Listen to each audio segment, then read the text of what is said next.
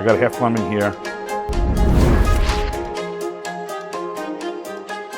I'm gonna get as many seeds out of this as possible, and then just gonna cut it into pieces. And then we're gonna take small shallot, and then we're gonna put some parsley, some fresh cilantro. We got some chives here, some lemon juice, 1 cup of olive oil. I'm just gonna use the big can. A little pepper, a little salt.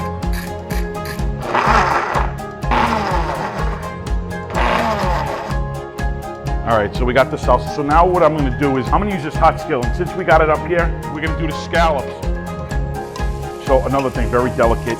I find a lot of people overcook them. They could become very chewy. So we're gonna put them in here.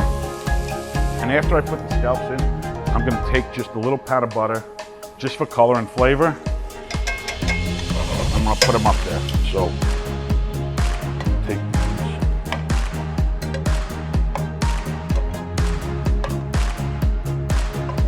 And then we'll just take some salsa.